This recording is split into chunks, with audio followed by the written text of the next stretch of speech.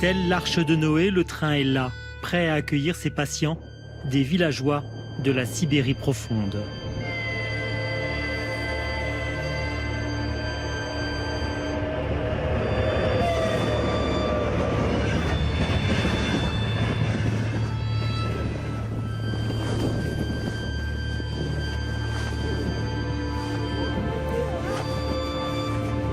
Le train médical Luka vient de commencer un nouveau voyage de 2 semaines le long de la ligne du Transsibérien.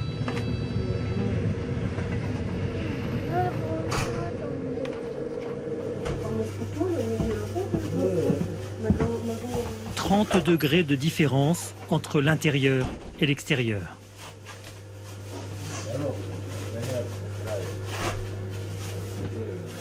Cela me va très bien, le train est confortable. Quel médecin vous allez voir? Le neurologue, un généraliste, l'électrocardiogramme et quoi d'autre encore? Une vingtaine de spécialités sont à bord, chacune a son cabinet, relié par un réseau informatique. L'équipement est moderne. Le train Luka est le premier des 5 trains médicaux qui parcourent depuis 2009 la Sibérie et l'Extrême-Orient russe. Svetlana est à la tête de ce convoi pas comme les autres. C'est très intéressant car c'est assez exceptionnel. Tu fais partie d'une grande action pour le bien des gens. Et vous allez voir que le train s'arrête dans des endroits perdus, où il y a juste quelques petits villages autour de la gare. Nous, on est là pour aider. L'équipe médicale, médecins et infirmiers, est envoyée par le ministère de la Santé. À l'image de sa chef, Yekaterina, ils sont plutôt jeunes, dynamiques et surtout volontaires pour des voyages de 2 semaines. 7 jours sur 7 au boulot, des horaires à rallonge. Ils sont mieux payés que la moyenne des médecins russes, mais les conditions de vie dans le train ne sont pas si faciles, surtout pour les plus jeunes. Le train circule principalement la nuit. Des étapes assez courtes, moins de 50 km. À l'aube, il est à quai dans des petites gares perdues dans la neige. Une fois par an, pendant 1 ou 2 jours, la gare se transforme en dispensaire où se précipitent surtout les personnes âgées, ravies de l'aubaine, des soins gratuits et de qualité. Car mis à part les retraités, il y a de moins en moins de monde en Sibérie. Merci au personnel et à celui qui nous a envoyé ce train jusque chez nous, parce qu'ici, on n'a pas accès à tous ces diagnostics. Pourquoi on n'y a pas accès? Eh bien parce qu'ici, on n'est plus assez nombreux, il n'y a plus de spécialistes et il ne reste que des infirmières. Ici, dans ce train, il y a des médecins très qualifiés. On va voir aussi des médecins locaux, mais on ne guérit jamais. Il n'y a pas de travail ici. On envoie nos jeunes vivre à la ville parce qu'il n'y a plus de boulot au village. Et pour nos enfants, il n'y a même plus d'école, tout le monde part vers la ville. Il ne reste que des papis et des mamies dans les villages, c'est tout. À l'époque de l'URSS, il y avait ici tout un complexe agricole. On avait tant de vaches, tous les jeunes travaillaient et il y avait des naissances. On avait un bon hôpital et maintenant? Comment on vit en Russie et en France? Vous croyez que tout va bien, hein? La vie en Sibérie, elle est magnifique pour ceux qui travaillent.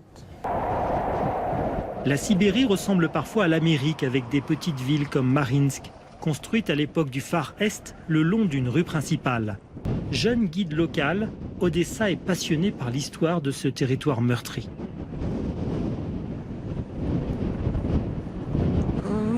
On peut dire qu'ici, c'est la Sibérie profonde, la vraie. Et vous pouvez ressentir sur la peau de votre visage ce que c'est que la Sibérie. Cette ville a été fondée au XVIIIe siècle par des prêtres orthodoxes, puis avec l'arrivée des chercheurs d'or et au XIXe siècle, le Transsibérien est arrivé ici. C'est comme ça que notre ville, sur le tracé du Transsibérien, se souvient de la tragédie de ce qu'on appelle ici le Siblag, le goulag de Sibérie.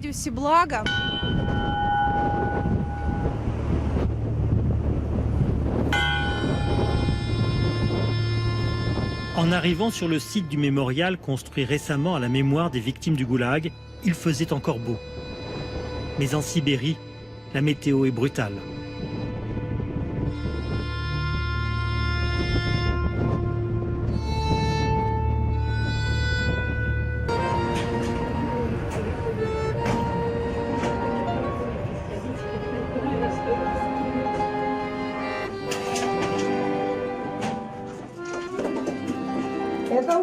C'est du charbon pour chauffer le wagon.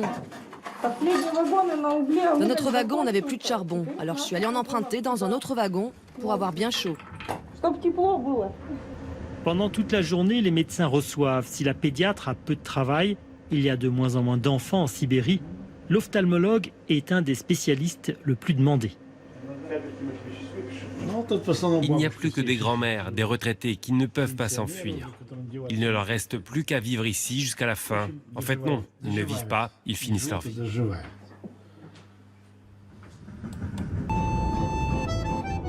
Il faut descendre du train pour se rendre compte de l'ampleur du drame que cette région est en train de vivre depuis la fin de l'URSS. En 30 ans, la Russie, et en particulier la Russie de Vladimir Poutine, n'a pas réussi à relancer la Sibérie.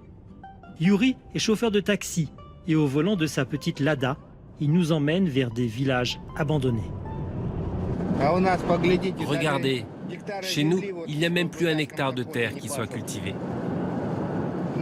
Il y a des villages comme Novomarienka, Novotroïsk.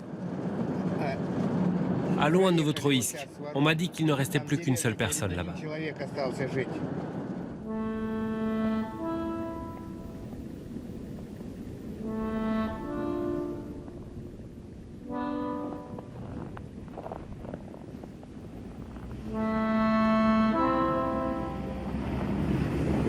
À Novotroïsk, seul le chien répond à la seule maison qui reste habitée. Le reste n'est plus que ruines gelées.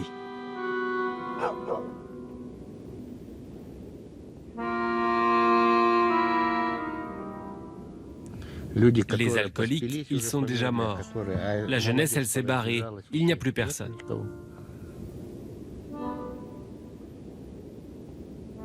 Le pouvoir nous dit tout le temps qu'il investit dans les campagnes. Je regarde autour de moi, je ne vois plus rien. Ce que j'aime avec Poutine, c'est qu'il s'impose et que l'Amérique nous respecte de nouveau. On a de nouveau une armée et tout ça maintenant. En politique extérieure, il est fort. Mais en ce qui concerne les campagnes, je ne sais pas, il parle beaucoup, mais je ne vois pas le résultat, même dans les villes. Tout ça est... Mais dans cet univers qui peut paraître déprimant, il y a aussi des Russes qui se battent, fidèles à l'esprit de conquête de la Sibérie au XIXe siècle et au temps de l'URSS. Dans les bâtiments autrefois utilisés par les entreprises d'État, il y a des PME qui réussissent. Bonjour. Vous êtes dans la salle où l'on fabrique des pelmeni. Les pelmeni, c'est un plat typiquement russe, traditionnel. C'est de la pâte farcie avec de la viande. Les pelmeni, c'est un plat sibérien par excellence.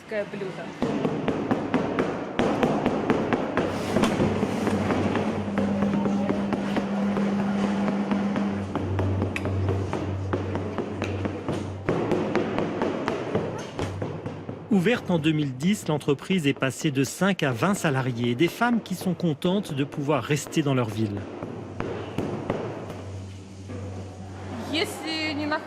Si les gens ne trouvent pas de boulot ici à Tiajin, ils partent dans d'autres villes. Nous, on a de la chance, on travaille ici, c'est super. Moi, je pense personnellement que l'avenir de notre région dépend plus de ce genre d'entreprise, une entreprise privée. C'est même plus important que le train médical qui vient ici de temps en temps. Aujourd'hui, il n'y a plus la puissance de l'URSS qui a imposé son rythme de conquête et de développement, mais il reste un territoire difficile à maîtriser, un géant irrigué par un chemin de fer à l'ancienne. Et si la médecine allait vers les gens plutôt que l'inverse? Et si depuis la Sibérie, il y avait un exemple à suivre, celui d'une politique publique au service des plus faibles et des oubliés?